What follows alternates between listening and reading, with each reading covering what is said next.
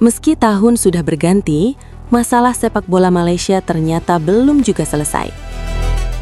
Isu naturalisasi yang sejak awal memicu kontroversi justru semakin melebar. Harapan publik akan adanya kejelasan dan perbaikan perlahan berubah menjadi kekecewaan. Masalah demi masalah muncul, saling bertumpuk dan makin sulit dikendalikan. Yang paling mengejutkan, FIFA dikabarkan mulai kehilangan kesabaran. Bukan hanya soal naturalisasi pemain, tetapi kondisi Federasi Sepak Bola Malaysia secara keseluruhan. Tata kelola federasi dipertanyakan, transparansi disorot, dan berbagai keputusan lama mulai dibuka kembali. Situasinya sudah berada di titik kritis, di mana FIFA tak lagi sekadar memberi peringatan, melainkan siap turun tangan langsung. Jika benar audit FIFA dilakukan, dampaknya bisa sangat besar. Bukan hanya bagi federasi, tapi juga liga, klub, pemain, hingga masa depan sepak bola Malaysia. Audit ini bertujuan membongkar persoalan dari akar, membersihkan sistem, bahkan merombak fondasi lama yang dianggap rapuh. Tidak ada lagi ruang untuk bersembunyi atau menyalahkan pihak lain. Kegagalan federasi dalam mengelola naturalisasi menjadi pemicu utama runtuhnya kepercayaan publik. Fans yang sebelumnya diminta bersabar, kini hanya bisa menggelengkan kepala. Kekecewaan pun merembet ke kalangan elit negara. Para petinggi yang awalnya diam mulai bersuara keras. Sepak bola yang seharusnya menjadi kebanggaan nasional justru berubah menjadi sumber rasa malu. Ironisnya, di tengah tekanan yang makin kuat, federasi justru terkesan defensif. Alih-alih bersikap terbuka dan bertanggung jawab, yang muncul justru pembelaan berlapis, pengaburan fakta, dan pengulangan narasi lama. Padahal masalahnya sudah terlalu jelas untuk ditutupi. Menurut laporan media Malaysia, FIFA dan AFC sebenarnya memiliki kewenangan penuh untuk masuk langsung ke tubuh federasi. Campur tangan ini bukan simbolis. Mereka bisa merombak struktur organisasi, mengubah aturan federasi, bahkan mengesampingkan putusan hukum olahraga domestik. Jika FIFA bergerak, itu artinya tindakan keras akan diambil.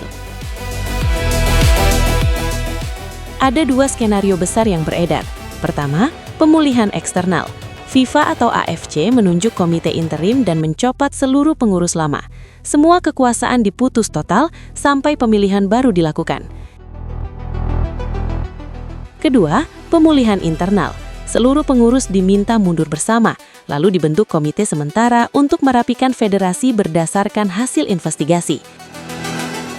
Meski terlihat lebih lunak, hasil akhirnya sama, struktur lama runtuh. Selama ini ancaman pengambil alihan dianggap hanya gertakan, namun kini anggapan itu mulai runtuh. Ketika FIFA masuk fase pengamatan aktif, itu menandakan masalah sudah terlalu dalam. Bukan lagi soal satu kasus, melainkan budaya pengelolaan federasi yang dibiarkan bermasalah bertahun-tahun. Jika pengambil alihan benar terjadi, langkah pertama adalah pembekuan total kepengurusan lama.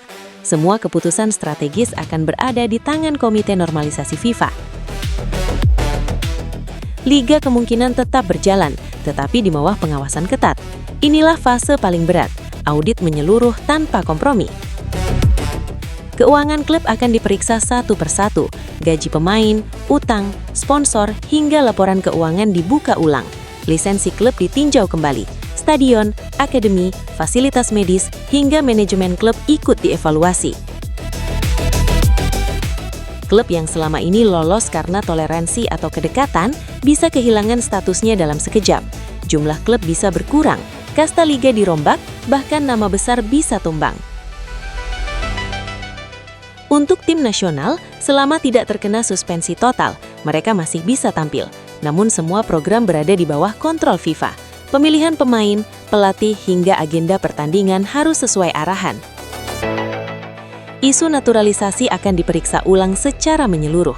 Jika ditemukan pelanggaran, sanksinya bisa merambat ke hasil pertandingan sebelumnya.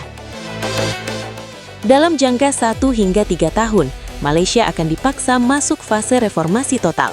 Statuta federasi diubah, sistem pemilu diperbaiki, dan transparansi menjadi kewajiban. Liga mungkin terlihat lebih sederhana dan hemat, tetapi lebih stabil.